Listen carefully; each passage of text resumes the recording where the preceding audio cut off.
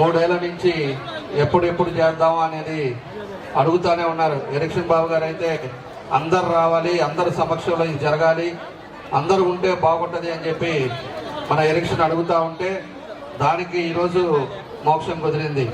దగ్గర 2 సంవత్సరాల నుంచి మనం ఎన్టీ రామారావు గారి విగ్రహం పెట్టుకొని ఈరోజు అందరూ సమక్షంలో ప్రారంభించుకోవడం చాలా సంతోషమైన విషయం అని చెప్పి కూడా మేము తెలియజేస్తా ఉన్నాం.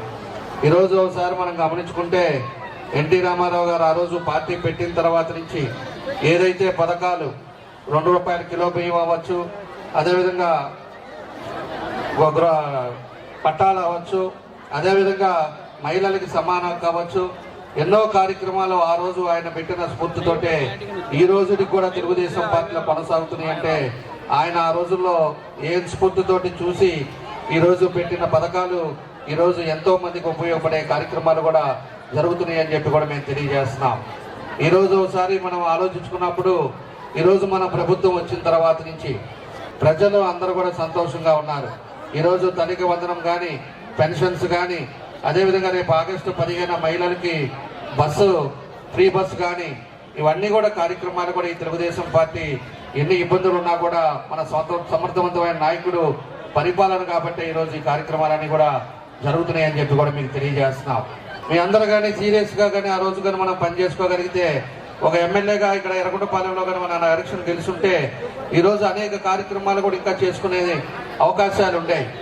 ఎన్నికల అప్పుడు మాత్రం మనం ఏదో భేదాలు పెట్టుకొని ఇబ్బంది పెట్టుకుంటామో అభివృద్ధి కూడా అక్కడే ఆగిపోయే పరిస్థితులు వస్తుంది.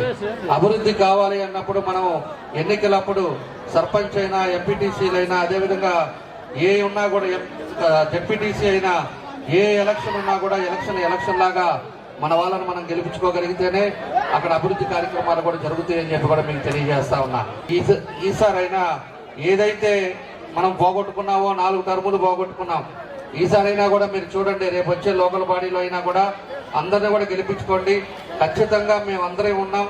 ఇది వెనకబడిన ప్రాంతం, మేమందరం కూడా కలిసి తప్పకుండా కూడా ఈ నియోజకవర్గ అభివృద్ధిలో భాగస్వాములు అవుతాం. కాబట్టి ఎలక్షన్ కూడా ఎప్పుడు కూడా ప్రజల మధ్యలో ఉండే వ్యక్తి, ప్రజల కోసం అభివృద్ధి కోసం తిరిగే వ్యక్తి, అలాంటి వ్యక్తి ఆయన ఇక్కడ మీకు ఇన్ఛార్జిగా ఉన్నాడు. కాబట్టి మీ అందరూ కూడా ఆయనకు సహకరించి మీరు కనుక జాగ్రత్తగా మీరు పనులు చేసుకోగలిగితే ఈ నియోజకవర్గం అన్ని విధాలు కూడా ముందుకెళ్తుందని చెప్పి మరోసారి మీ అందరూ కూడా తెలియజేస్తూ ఈ రోజు మమ్మల్ని కూడా ఈ ఆహ్వానాన్ని పిలిచిన అందరూ కూడా మనస్ఫూర్తిగా అభినందన తెలియజేస్తూ సెలవు తీసుకుంటాను. Thank you.